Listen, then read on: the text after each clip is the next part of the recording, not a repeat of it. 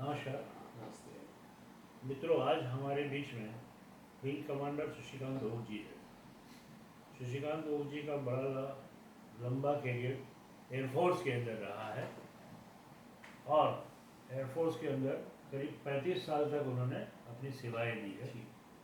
उसके अलावा शशिकांत जी नारी भविष्य के ऊपर काफ़ी काम कर चुके हैं। तो आज हम उनसे जानने की कोशिश करेंगे कि शशिकांत भाई कैसे नारी भविष्य के संदर्भ में इस विषय के ऊपर की जानकारी कब प्राप्त हुई और कैसे उनको महर्षि के आशीर्वाद से ये काम आगे चला रहे हैं। धन्यवाद नीलेश भाई। मैं आपका धन्यवाद करता हूँ और कहता हूँ कि मेरे संदर्भ में नाड़ी ग्रंथ भविष्य ये विषय मेरे जीवन में कैसे आ गया। बात ये हुई कि मेरा पोस्टिंग एयरफोर्स स्टेशन तांबरम करके चेन्नई के पास था। तब बातों बातों में मुझे पता चला कि एक नाड़ी ग्रंथ भविष्य करके एक विधि है जिसके अंदर आपको आपके पूरे जीवन का भविष्य बताया जाता है। शुरू में मैंने हंसी मजाक में ले लिया और बाद में मुझे ऐसा लगा कि पता नहीं क्या है, देख तो ले।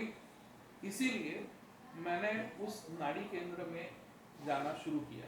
तो ये किस साल के अंदर आप ये पहली बार आप नाड़ी केंद्र में गए थे, कुछ बता सकते हैं हमारे दर्शकों को? जरूर। 1994 जनवरी वो एग्जैक्ट वो पीरियड था जब मैं नाड़ी ग्रंथों के ऊपर आकर्षित हुआ। और शुरू में जब तक मेरी पट्टी नहीं निकली थी तब तक मैं दूसरों की पट्टियां देखने के लिए वहां जाया करता था। और तब मुझे पहले थोड़ा पता होने लगा कि नाड़ी भविष्य है क्या, उसकी सिस्टम क्या है। और बाद में फरवरी महीने में मेरी पहली पट्टी निकली।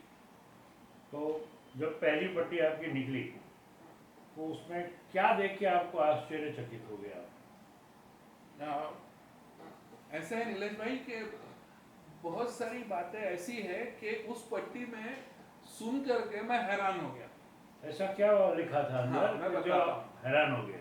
सही है। एक तो जैसे बाकी सब लोगों के लिए आता है वैसे उस पट्टी में स्वयं का नाम, माता पिता का नाम और आपकी मैरिज हो गई है तो मिसेस का नाम आता है। ये मिसेस का नाम आना या नहीं आना ये भी एक अपने आप में चमत्कार है। इसलिए क्योंकि मेरी अभी तक मैरिज नहीं हुई हो ना, तब वो मिसेस का नाम नहीं आता। तो खैर मेरे संदर्भ में तो वहाँ था और मेरे मिसेस का नाम अलका करके आ गया। अब जाकर के मुझे मेरे प्रोफेशन के बारे में जब बोला गया तब आप इस प्रोफेशन में हो, एक तो डिफेंस में हो और उसमें एयरफोर्स के संदर्भ में जो चीज बताई गई वो मेरे लिए बड़ी चौंका देने वाली थी। उसमें ये कहा था कि ऐसे वाहन जो अवकाश में बड़ी तीव्र गति से जाते हैं और spit fire on the enemy, शत्रु पक्ष के ऊपर वो स्पिट फायर ने फायरिंग करते हैं। अब आप मुझे बताइए कि इससे ज्यादा एयरफोर्स का क्या वर्णन हो सकता है। बहुत यही है एक वो चमत्कार और जिससे मेरे मन में ऐसे कुछ सवाल आने लगे कि है क्या ये चक्कर, और होते होते मैं इसमें इन्वॉल्व हो गया।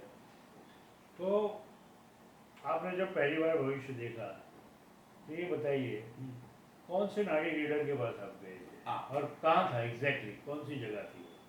ये एक तांबरम करके जो एक सबर्ब है चेन्नई का, उसमें एक फिलिप्स हॉस्पिटल करके है।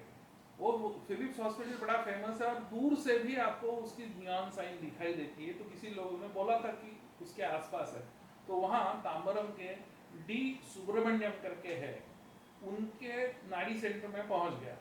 उनके नाड़ी सेंटर में पहुंचने के बाद वहाँ एक शिव षणमुगम करके नाड़ी रीडर थे। शिव षणमुगम नाड़ी रीडिंग करते थे और कौशिकन जो थे तो उन दिनों वो ट्रांसलेशन का काम करते थे। और कौशिकन जी के साथ तब उन्हें जब वो कौशिकन नहीं बुलाया जाता था तब उनका नाम कुछ और था, वो मैं बाद में बताऊंगा।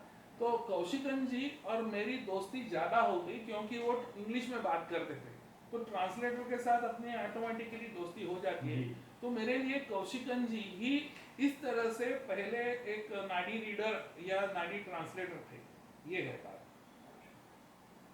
तो